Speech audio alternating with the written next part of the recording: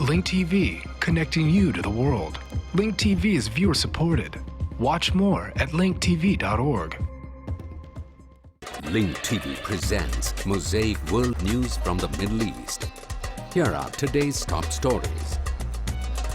Anti-Hezbollah Bloc says Lebanon in grave danger. UN reviews U.S. human rights record. And scores perish in Pakistan bombings. Mosaic World News from the Middle East begins now.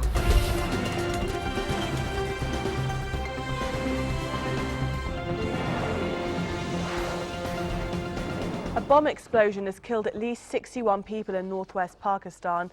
The blast took place at a mosque in Kirkuk area near the city of Peshawar. At least 100 people were wounded, many of them critically. The bomb went off after Friday prayers, causing the roof of the mosque to collapse. No group or person has claimed responsibility for the bombing. It's the deadliest blast to hit Pakistan in 2 months.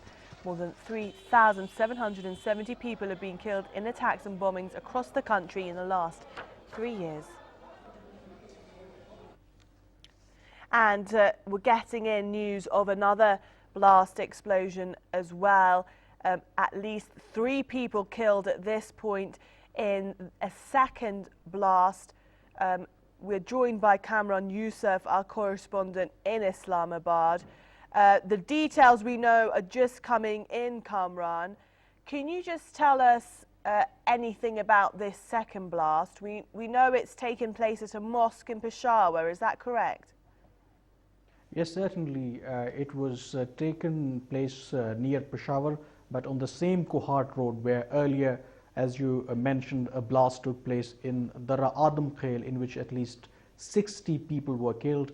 And this latest attack has taken place close to the same area, and again the target was a mosque. But of course that the attack took place during the Isha prayers, when worshippers were offering prayer there, and there were conflicting reports regarding the nature of the blast. Some of the reports are indicating that militants might have hurled hand grenades at the mosque, but we don't know yet because it has taken place about an hour ago, and you said that the 3 people have been killed. But state-run PTV is also reporting that about 60 to 70 people were there in the mosque at the time of the blast.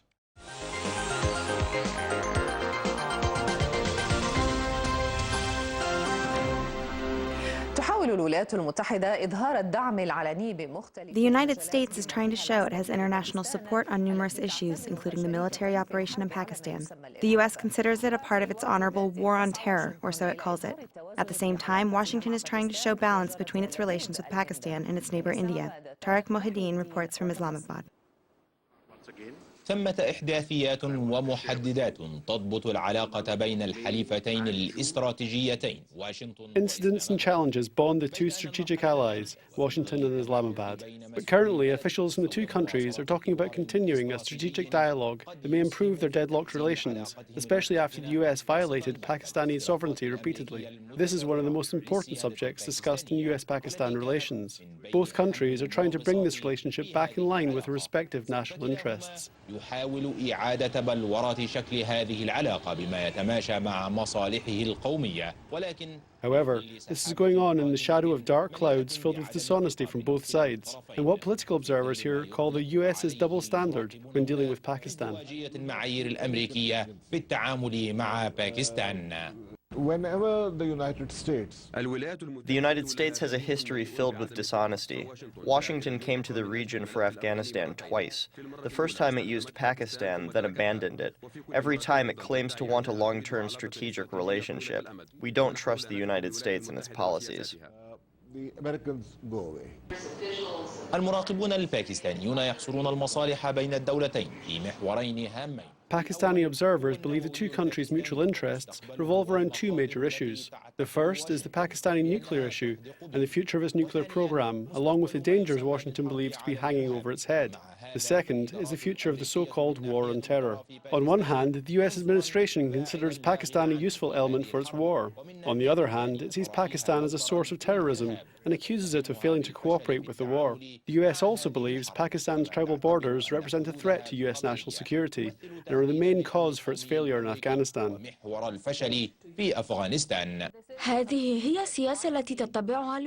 The policy the U.S. adopts is trying to exert pressure on Pakistan.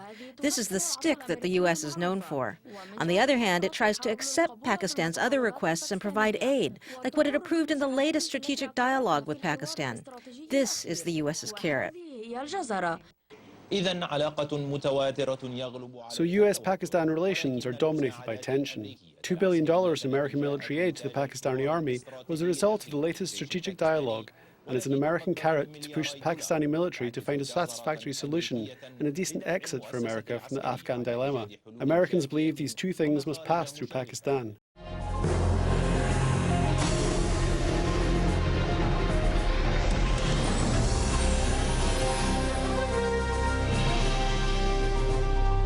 The United Nations Human Rights Council in Geneva, responsible for reviewing the human rights situation around the world, began to discuss the report submitted by the United States this morning. This is the first time the Council is discussing a full report on the US's performance and commitment to international agreements on human rights. في قفص اتهام مجازي ربما تجلس الآن وعلى كره منها بالطبع الدولة العظمى التي كثيرا ما يؤخذ عليها أنها تنصب نفسها قاضيا. Against its will, the superpower that often plays the world's police and judge is perhaps now sitting in the defendant's chair. It always judges others for what it considers human rights violations, which opponents believe to be merely a pretext for political purposes. This is a rare, even unprecedented event held by the UN Human Rights Council to discuss the United States' commitment to international human rights agreements, especially regarding its foreign policies involving overseas U.S. military campaigns.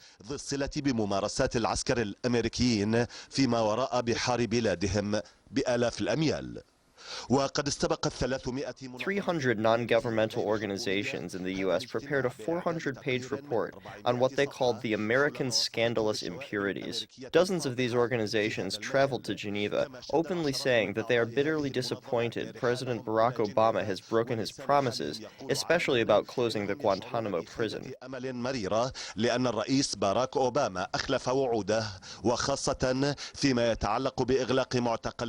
Moreover, some of these organizations say that the Obama administration failed to end the impunity of perpetrators of prisoner abuse in Iraq.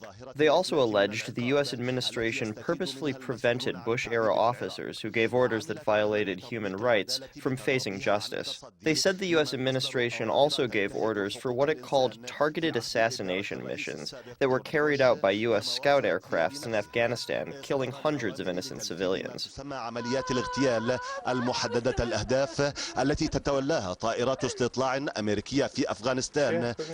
Adding more controversy over the official U.S. position at the Council, which consists of 47 countries, is the fact that it came a few days after WikiLeaks published Pentagon documents about the torturing and killing of thousands of Iraqis. It was alleged that a U.S. general was involved and sometimes complicit in these practices.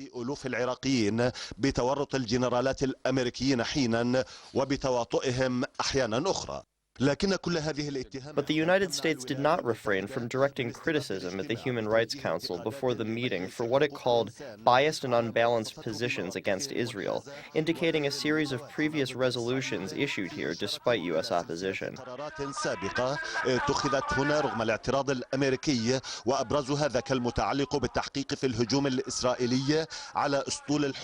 The most prominent was the resolution regarding the investigation of Israel's attack on the Freedom Flotilla in late May, in addition to Richard Goldstone's report on crimes against humanity Israeli leaders committed by launching the latest war on Gaza.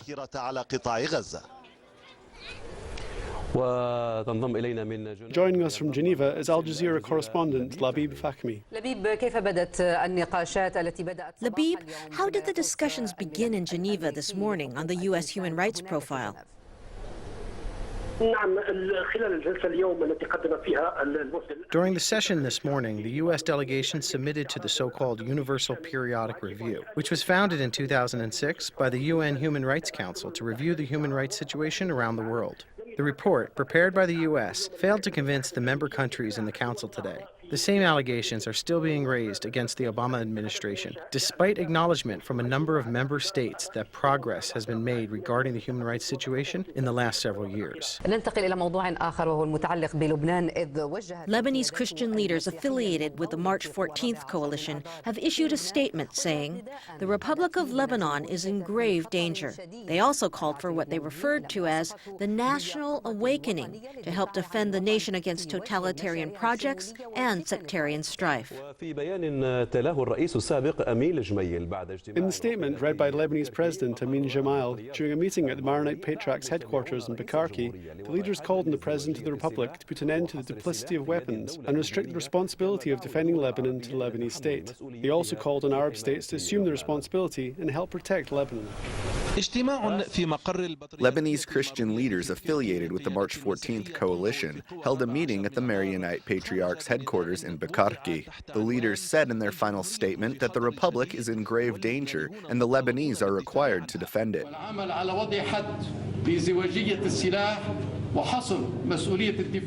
We must put an end to the duplicity of weapons and limit the responsibility of defending Lebanon to the legitimate forces backed by the Lebanese people.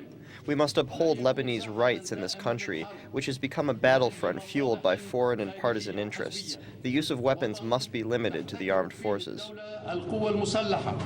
The statement called on President Suleiman to put an end to the duplicity of weapons as well as limit their use to the armed forces, a reference to the disarmament of Hezbollah. This news comes a day after the opposition boycotted the national dialogue, which was scheduled to discuss the issue of Hezbollah's weapons. A series of developments have unfolded in Lebanon in a bid to resolve what some referred to as sensitive issues. Hezbollah says any cooperation with the International Tribunal in the case of Hariri's assassination will help Israeli efforts to eliminate the party. The opposition blocs, which Hezbollah is a part of, are seeking to resolve the issue of false witnesses in the international investigation. On the other hand, the U.S. and its allies are continuing to provide support and a political blanket for the tribunal at any cost. According to incoming reports from the UN, resolving the Lebanese issue ranks high on the UN agenda.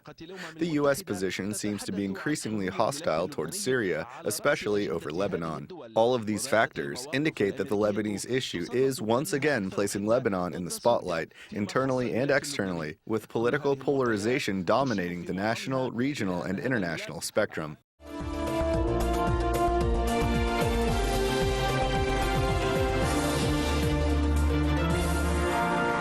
بالتنازل عن مطلب وقف الاستيطان الإسرائيلي أعطت السلطة الفلسطينية وقتا إضافيا للولايات المتحدة. Without conceding on the settlement freeze issue, the Palestinian Authority has given the U.S. additional time to jumpstart the direct peace talks with Israel. This news comes after PLO chief negotiator Saeb Erekat met with U.S. Special Envoy to the Middle East George Mitchell in Washington. Erekat said choosing between settlement and peace is a decision left to Israeli Prime Minister Benjamin Netanyahu, adding that he can't have both. لا يمكن أن يحصل على الاثنين. مفاوضات السلام الفلسطينية الإسرائيلية المتعثرة كانت على طاولة. The stalled Israeli-Palestinian talks were the focus of discussions between Egyptian intelligence chief General Omar Suleiman and a number of Israeli officials, including Israeli President Shimon Peres in Tel Aviv. Suleiman said they still have an opportunity to resume the direct talks and achieve peace. المفاوضات والتوصل إلى السلام. I'm coming to see the leadership in Israel. I came here to meet with the leaders of Israel and see what can be done about the peace process. We must move the process forward, give hope to people in the region, and show we are still on the road to peace. Steps forward. تحذير من تضاؤل فرص التوصل إلى اتفاق سلام بين الفلسطينيين والإسرائيليين عبر عنه وزير الخارجية البريطاني ويليام هيغ. During his meeting with Israeli officials in Tel Aviv, British Foreign Minister William Hague warned that the window is closing on the possibility of a peace deal between Israel and the Palestinians. Hague's visit was overshadowed by the latest Israeli announcement postponing strategic talks with the UK and protest over a British law, subjecting Israeli officials to arrest in Britain on war crimes charges. Tel Aviv rescinded its decision after Hague confirmed his country is working to amend the law.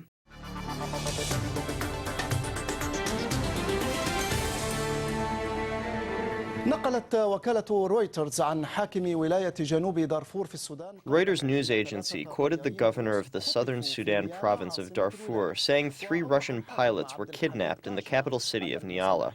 Governor Abdel Hamid Kasha said unknown gunmen carried out the kidnapping, and it was likely part of a series of kidnappings demanding ransom that have been occurring lately in the region.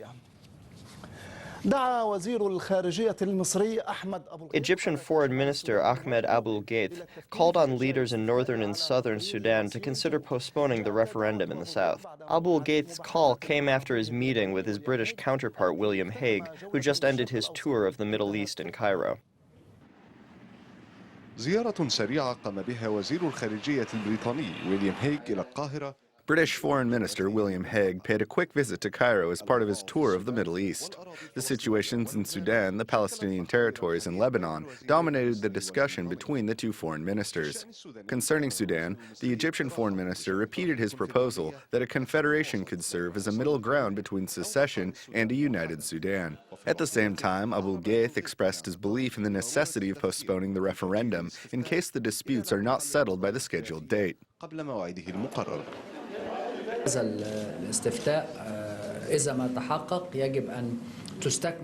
If this referendum takes place, it should have all of its elements completed. If we find there are incomplete elements, then there is no harm in considering postponing it.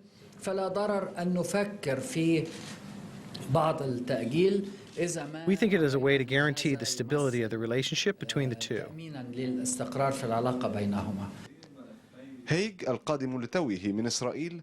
Hague, coming from his visit in Israel, was faced with critical questions after he announced his country is considering Tel Aviv's request to change the British law allowing Israeli leaders accused of committing war crimes to be tried in Britain. The British minister defended his position, saying the goal was to preserve London's capability to play an international role. Otherwise, it means that international figures. If we do not amend the law, foreign officials cannot visit Britain and talk with us without the fear of being taken to British courts. It is beneficial for world peace that we are capable of playing our role and receive people in London for discussions. The third case the two ministers discussed was the situation in Lebanon. They agreed on the importance of the International Court to continue its work, despite the objection of Hezbollah and its allies. The Palestinian territories, Lebanon and Sudan, are all suffering from problems that stem from colonial times when Britain ruled them. Today, London does not have the same control over them, but its foreign minister maintains some kind of role, which he may play by working to solve these problems.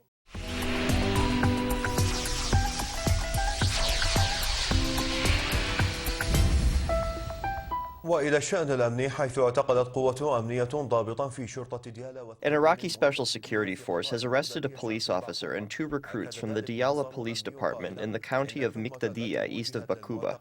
A security source said that the suspects were arrested on charges of mistreating the residents. In another development, a police source in Diyala said a special police force arrested a father and 3 of his sons during a security operation in the area of Abara, south of Miqtadiya. According to the source, the suspects are accused of committing a series of criminal acts. A security source in Diyala province said a local contractor was wounded in a roadside bomb that targeted his car in the area of Tahrir, south of Bakuba. 3 suspects were arrested by Iraqi security forces in connection with the blast.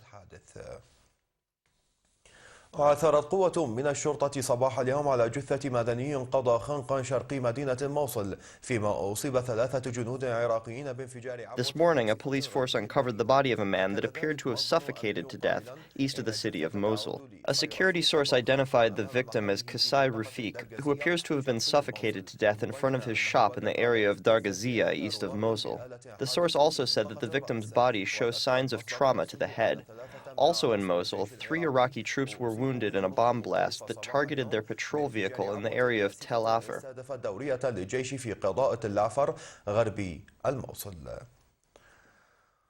أعلن مصدر في الشرطة إلقاء القبض على 12 متهما بالهجوم المسلح على محل الصاغة في الحي العصري وسط مدينة. A police source announced the arrest of 12 suspects in connection with the armed attack on the jewelry shops in the Al-Asari neighborhood in central Kirkuk. The source said the arrests were based on an intelligence tip. The suspects are part of an armed gang made up of 20 to 25 members from various Iraqi provinces. Last Tuesday, a group carried out an armed robbery on jewelry shops in an Al-Asri market in central Kirkuk, killing 11 people, including 6 police officers, and injuring 10 others.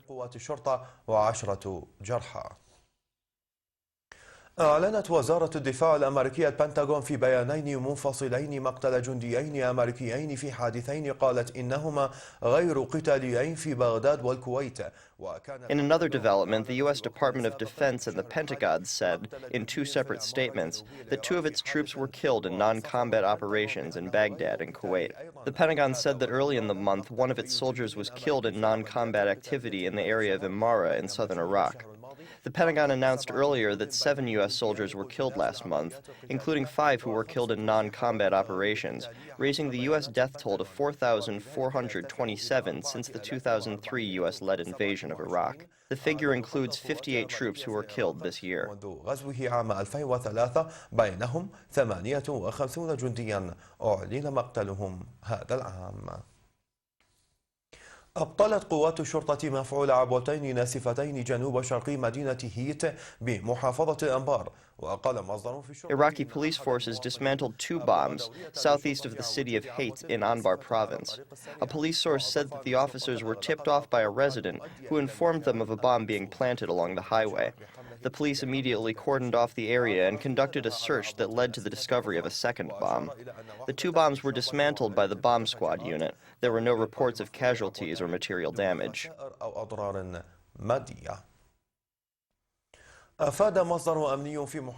A security source in the province of Dihuk said 2 people were killed and 3 others wounded in an explosion inside of a car that was carrying explosives and light arms. The incident, which took place east of Shihan County, is the first of its kind in the province of Dihuk. An initial report said a hand grenade in the car was accidentally set off, triggering the blast. The source said Iraqi security forces seized a variety of weapons from the car. Investigators believe all of the people killed or injured on board were arms dealers operating in the area. Al-Qaeda issues a threat against Christians. Dozens of Iraqi worshippers are killed in a church in Baghdad. Will the ethnic strife in Iraq expand to include Christians? And who is driving this wedge? Answers to these questions and more on Link TV's Mosaic Intelligence Report. This week, gunmen overran a Christian church in the Qarada neighborhood of Baghdad during Sunday services, instantly murdering a priest and an acolyte. In the hostage siege that ensued, more than 50 people were killed and dozens were wounded when attackers sprayed bullets and set off suicide vests. The Al-Qaeda-linked Islamic State of Iraq took responsibility and released a statement warning of more attacks to come against Christians. The operation was executed with complete success. All the terrorists were killed. We also arrested the suspects. During the rule of Saddam Hussein, there were an estimated 1.4 million Christians living in Iraq, many of them Chaldean Assyrians and Armenians, but also a smaller number of Roman Catholics. 2/3 of Iraq's Christians have left the country since 2003, according to some estimates, leaving fewer than 450,000 Iraqi Christians there today. Tragically, more Iraqi Christians may now join the exodus as a result of Sunday's massacre. They know that without a government to enforce law and order, and with the Americans on the way out, there will be probably more attacks. We didn't hurt anyone. Why? Where is the government? The whole congregation has been decimated. Why? We are people of peace. Where is Maliki?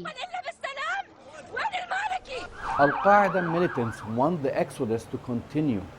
Al-Qaeda in Iraq has declared war on 500,000 Iraqi Christians because 2 Egyptian women who supposedly converted from Coptic Christianity to Islam are rumored to be held prisoner by Coptic monks somewhere in Egypt.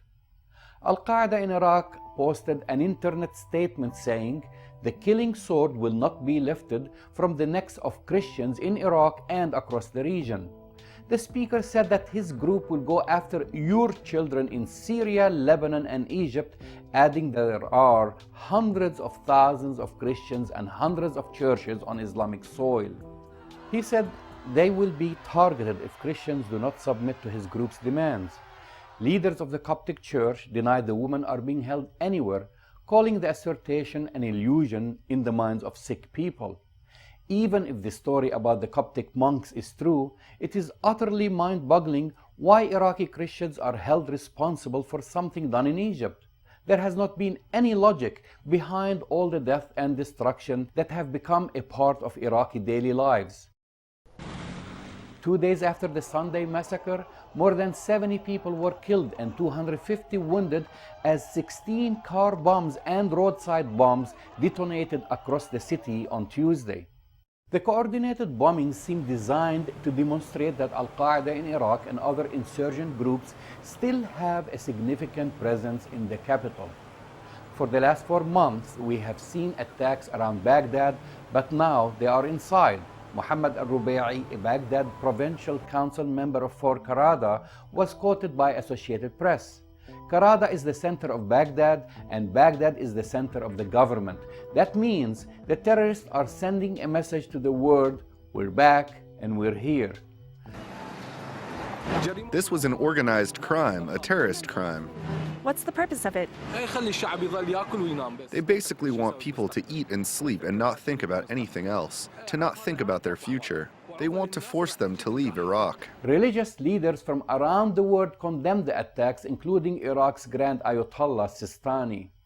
Condemnation, however, is not enough. Iraqi leaders and security forces must do more to protect a Christian population whose roots in the country reach back in history.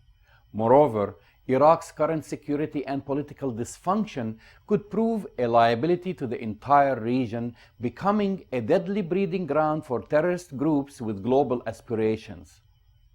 On a closing note, this will be my last report on Link TV. For the next few years, I'll be working on media development for a sister organization operating in the Middle East and Northern Africa. If you follow me on Twitter and Facebook or read my articles on the Huffington Post, you'll be hearing from me from places like Sana'a in Yemen, Tunisia, and Gaza. For the last time, I'm Jamal Dajani for the Mosaic Intelligence Report. To learn more about this program or to share your thoughts, visit us at linktv.org/me. Stay up to date on the Middle East. Follow Jamal at twitter.com/JamalDajani.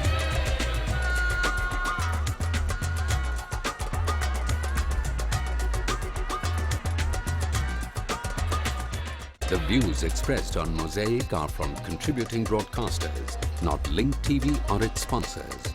The production of Mosaic is made possible from support of viewers like you. Thank you. Watch Mosaic World News online. Stay up to date with breaking news. Read our blog. Get transcripts of past shows and more at linktv.org/mosaic.